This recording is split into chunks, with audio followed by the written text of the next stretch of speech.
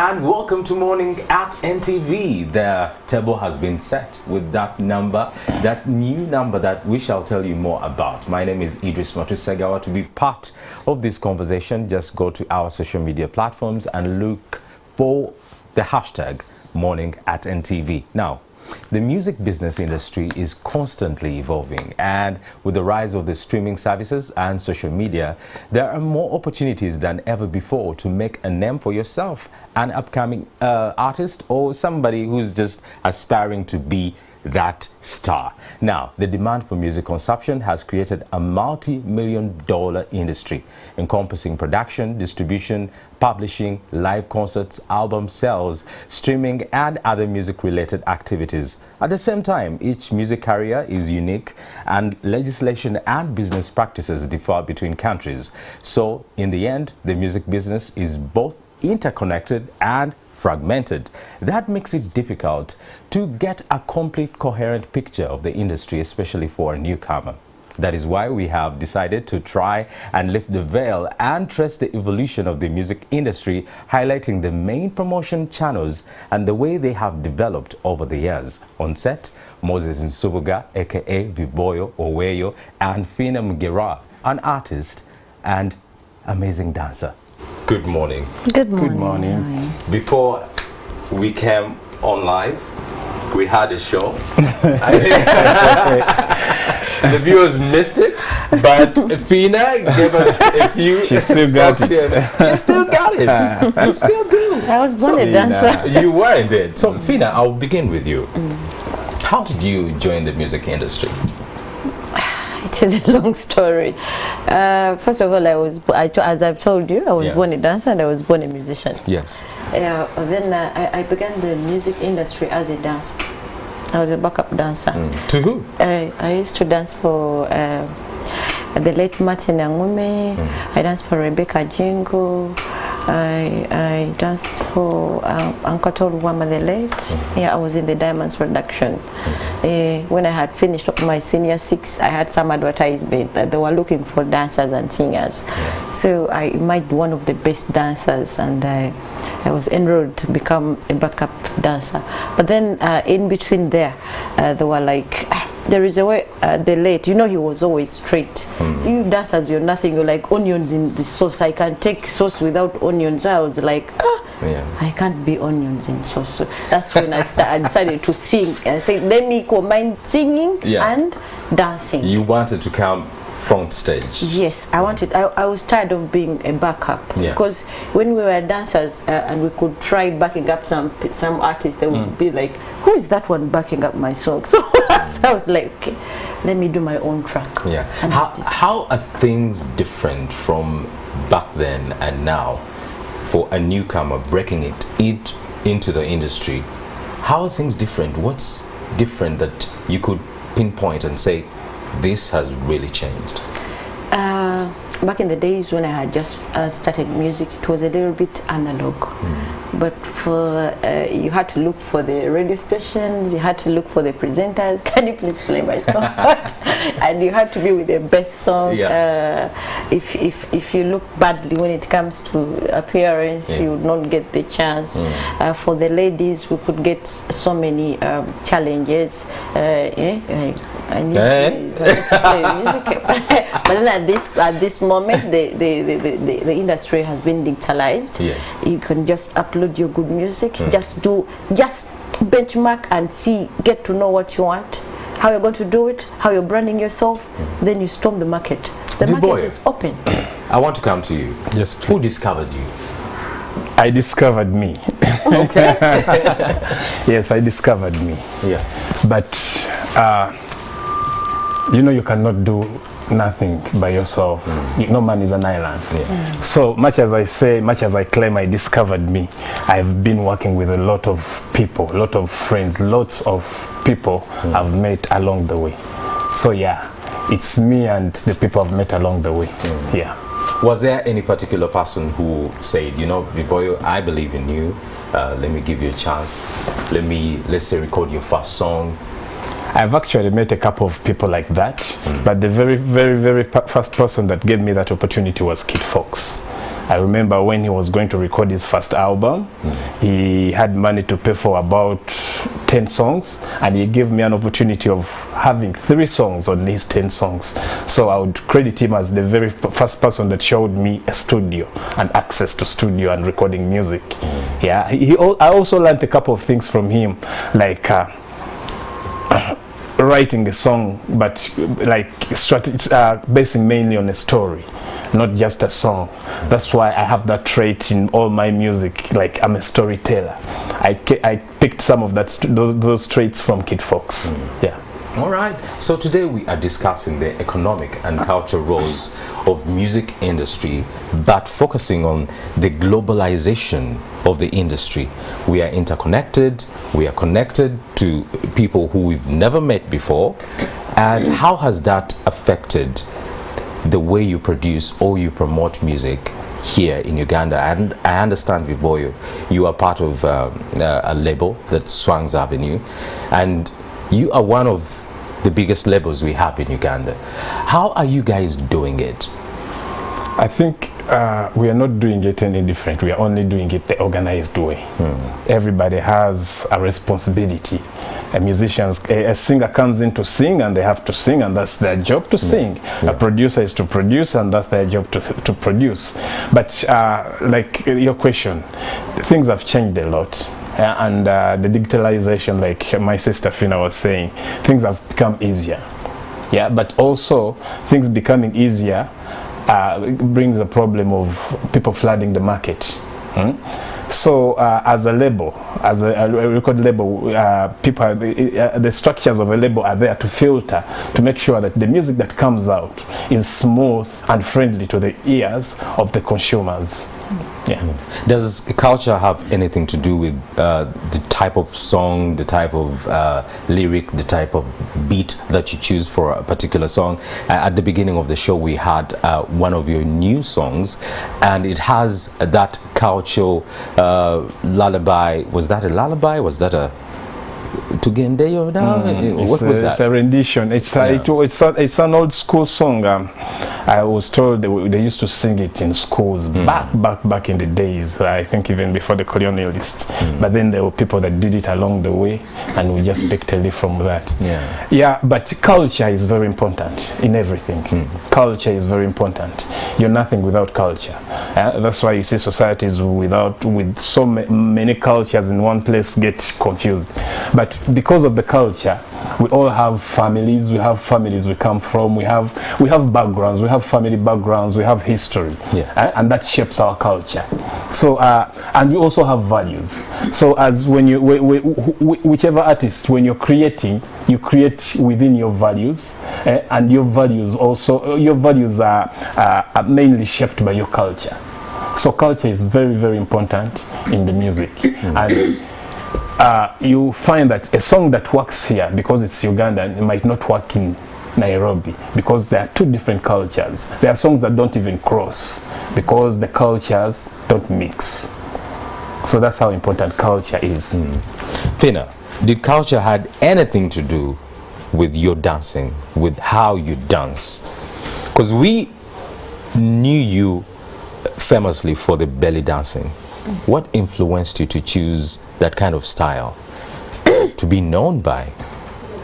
If you ask me about something that influenced me to choose that type of dancing, I've talked about branding yourself. Yes. When you come into the market, you have to know, what am I selling? All people are singing. What can make me different from others? That is why even if when I'm hired to perform, if I don't feel like dancing, I can't perform, because I know it's my weapon. Is there they hire you and you never dance, Fina? I don't know. I just So you're ever on. The switch is on. As long as you pay. So that is a brand. Yeah. It's a brand. There is a way you can plan. The way Viboyo has said, when you're starting business, just sit on a round table, plan. Who is to do this? How am I going to penetrate? Many people are selling in Chisenyi, Watseka, but how come that we sometimes go to a certain shop? That means there is something different from other people. So when you're coming to the market, even if the market is open the way he has said it, you're free to put your goods to join the market. But how are you joining it? You're joining it with what? What brand? So that is why I started to brand myself as a dancer, and up to this time no one can dare me. Yes, and I'm telling you, this year I'm coming back. So that is my brand. You're coming back to Wiggle. Yes, Wiggle. The way I did it, and I'm doing it more because this time I've spent time learning the industry. That experience, experience is the best teacher. True. So that is why you're smiling, because I gave you something. The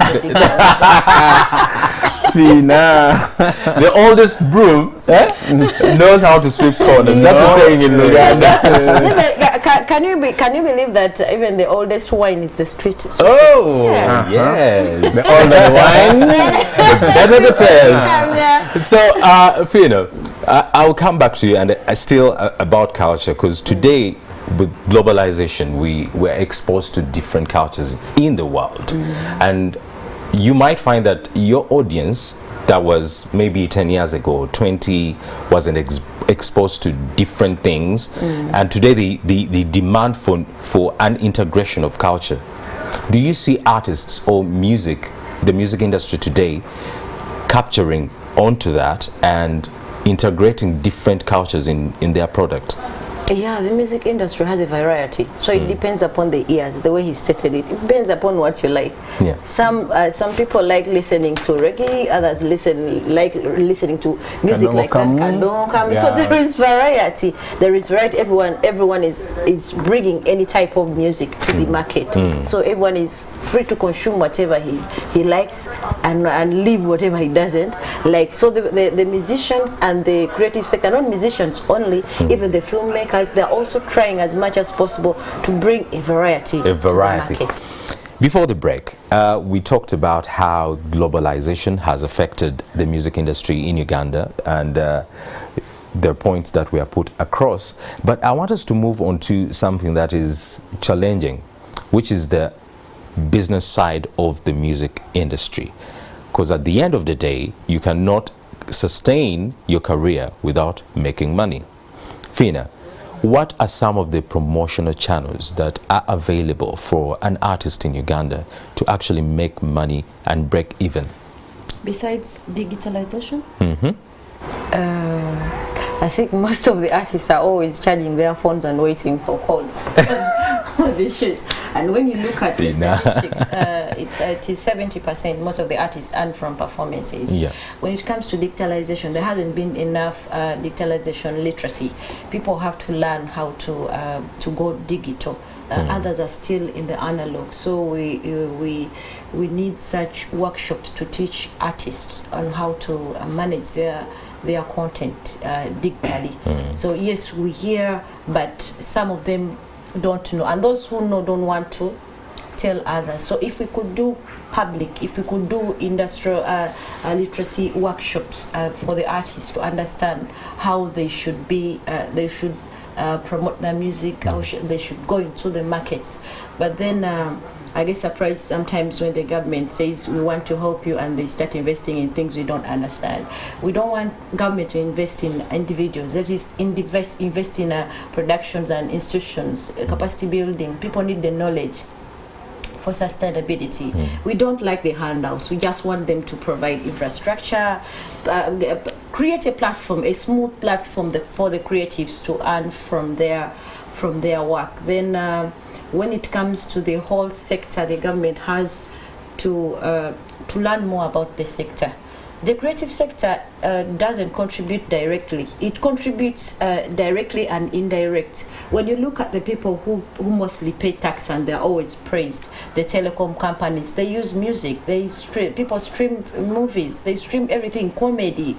When you look at the breweries, you can't drink without music, okay? When you're not listening to the food for the ear. When you're not in the mood. When you're not in the mood. Yes. So when it comes to the creative sector contributing to the GDP of the country. We contribute a lot of money. We contribute direct, and then we contribute indirect from different sectors. Every sector is attached to the creative sector. So we humbly request the government to give time to the creative sector, understand it. It is very good that the Ministry of Gender came up with a final project report about the creative sector, where they have statistics on how they found the sector, and then we need implementation. What are some of these statistics? Let them do implementation. Let them not stop at doing the reports. We need them to implement. He has talked about, behind the cameras, we've been talking about why sometimes we don't do good productions. When it comes to the taxes, the taxes are too high. We don't have tax holidays, we don't have incentives. Government should give us time. Actually, we need time. Talk to the real professionals. Don't talk to a person because he has a hit. Having a hit doesn't mean that he knows about the industry. Talk to the real stakeholders, the real industry. Benchmark, look at this, the Swans Avenue, it's a label, it has done it. Do research about it. What have you done it? What are the challenges? You can see he has been speaking about the big taxes. When it comes to the shows, I bet URA doesn't have any criteria. It follows to charge at the entrances, to give people the percentages they have to give it. So they have to learn about the sector. How are the people spending? How are they earning? People spend money, costumes, makeup, posters, advertisements. They even give out free tickets. A lot of hidden costs. A lot of hidden costs. People, they even have.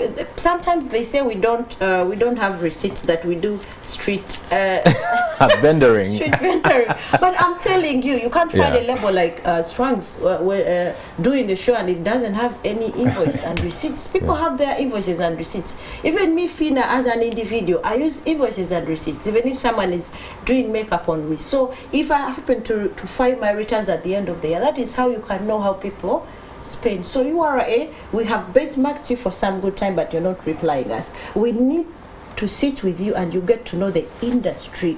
And there are so many avenues where you can get money, but you're just looking at the shows and just the entrances. They just come and say, oh, this one has got over 1,000 people. You should give us 20 millions. That is not how things are done. Let us sit together, we create a criteria to follow on how to tax people. We like working together. As a community, people want to pay tax, but we need to have policies and procedures. Then when it comes to policies and procedures, government should learn how to respect policies and procedures of the sector. We don't like this Ubida Mpango thingy they do for the individuals. No. Look at the real structures of the sector and get to know where to invest effectively for better results. Fina, from your passionate contribution, it seems like the government and the artists are not connected. There is a missing link. We are connected. Then why aren't policies and laws and incentives being put in place? We are connected, but sometimes they pretend not knowing the sector. Why would someone pretend? A lot.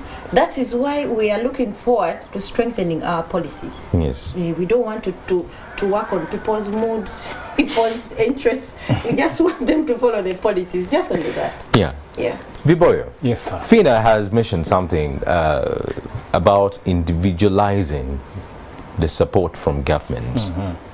Do you feel there is more that the government should have done by now for the artist, for the music industry to be at a level that probably is global and could compete with international artists?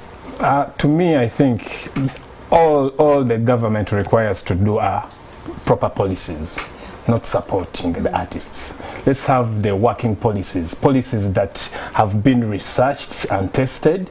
Let's have policies and let the policies get implemented. Yeah, but the individual support, that will only take us as far as it can take us. Because if you support me now, what about the artist that is coming tomorrow? Yeah. Yeah, because it's a growing, people, we come and go, we come and go, we come and go, we come and go. What about the artist that's coming tomorrow? So I believe if the support is put in institutions and implementing policies that are going to work for all of us, then we'll have a ground leveled for everyone to have to compete with the world. If you look at the other cultures, the other worlds, where some of the people that were copying, governments don't go out to support individuals. They don't go out to support people. They just made the ground leveled for everyone to play. Yeah. And that's all that we require. Yeah. Viboy, you've been in the industry for about 20 years? Yeah. Is it? I think more than 20 years. More than 20 years. And that's an amazing achievement. Yeah. Would you say that if someone else, a younger artist, an aspiring artist, would you recommend them joining the music industry in Uganda as it is today? If they love it, yes, I would recommend, because I know there's money in the music industry. I would recommend it. There is money or there is not money? There is money. Because Fina is saying people are not earning what they're worth. Well, yes, people are not earning what they are worth, because people are working with shrewd people, maybe also. That is, you see promoters running away from what. But if you get, if as an artist you do the right thing, get a person that handles your business. An artist can't, okay, yes, there are special cases where an artist will handle their own businesses, but as an artist you also need a business manager, a person that will guide you, a person that will negotiate deals for you. Not the stuff of a promoter calling you because you think they're giving you a favor to perform on their event, then you go before you've even agreed on what are the terms. You get, that's also a weakness. So as an artist, do the things proper way. Get people to run you as a business. Run you as a business, things will be okay. Well, going back to trying to look at the aspects of developing the music industry, the main issue is promotional channels. That is production, distribution, and publication. So Fina has mentioned digital streaming.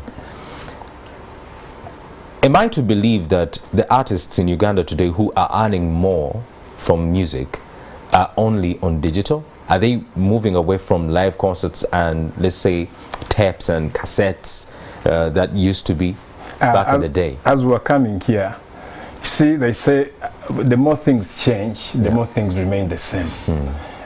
We moved from tapes to CDs. We moved from LPs. The vinyls to CD, to tapes, to CDs, but and now we are digital. But I was reading, people are back to buying vinyl. And as an artist, to make money, when you release a song right now, there are ways to make money. Release a song, release your album, put it up on streaming channels, then sell merchandise. That's what they are doing now. You sell vinyls are selling more than CDs. So there are different avenues to make money from your album than streaming, and rather than streaming and concerts. Yeah, concerts do quite make money for artists, but there are other channels. Like what? Streaming and selling merchandise. Is there any other platform that a Ugandan artist can explore? We have to explore the platforms that are available for the whole world, for the global world. Yeah.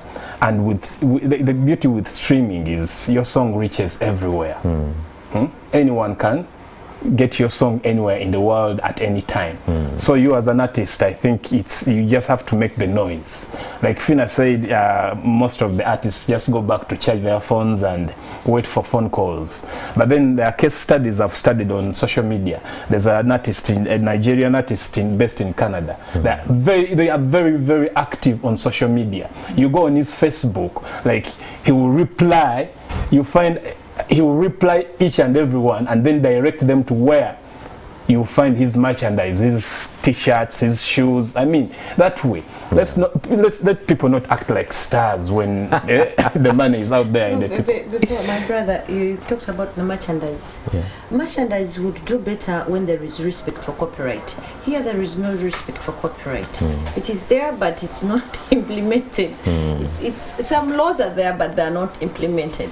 Someone might have a chance to earn from his merchandise, but you can find a certain company or a certain guy from downtown reproducing the same. Just reproduce with your face, and then there is nothing. You have nowhere to report from. That is but why you see, Fina, we opted for URSB. Yes. For the we need a corporate board, corporate office at this time. Where can you report? But you see, Fina, I much as I agree with you, I also beg to differ with you. Let's start doing.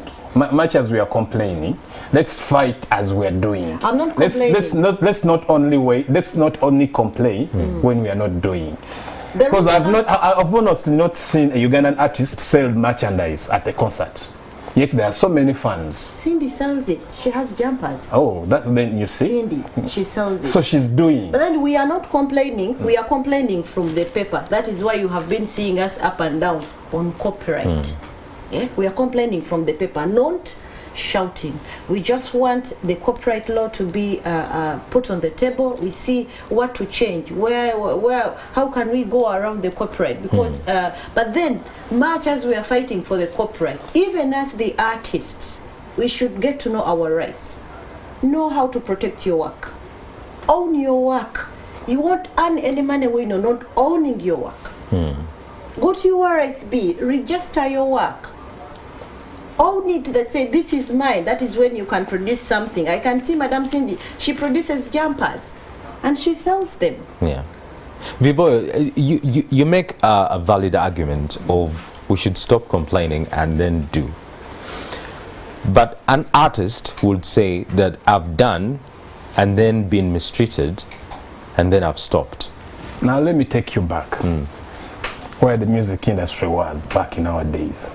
You see now people are rapping and rappers are everywhere in the industry.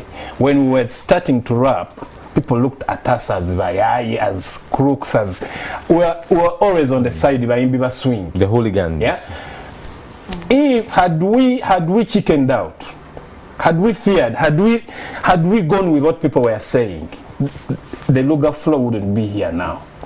I'm telling you this. But we stood the heat. We embraced the heat. We went and swam in the heat. Through thick and thin. Through thick and thin. 20 years later, the industry is where it is. So, yes, some will be sacrificial lambs. Some will gain, but then it will move. I like what Vivo is saying. Sometimes we fight, yes, we are fighting from the papers, we tell the government do this and that, but then for the artist, what have you done for sustainability? Have you done research about how you can earn? He has talked about the merchandise. Very many people want to see you, but people are always waiting for the shoes and say the government is a So before we blame anyone, are you prepared? Yeah. Have you prepared yourself? Then what I can't leave this platform without saying, I lobby the ministers, all the MPs in Parliament, please back us up when it comes to the corporate law. There is a corporate levy. Corporate levy, we need infrastructures in the industry, as he has said. We don't need handouts, just do the policies. If you do corporate levy, you charge every gadget, which because every gadget has music and films and whatever when it comes to creative content. So if we can get such revenue, we do infrastructures. When I talk about infrastructures, we need studios, we need theaters. We have only one theater in the country. We need very many workshops, skilling centers for people to learn for sustainability. People have to learn what they do.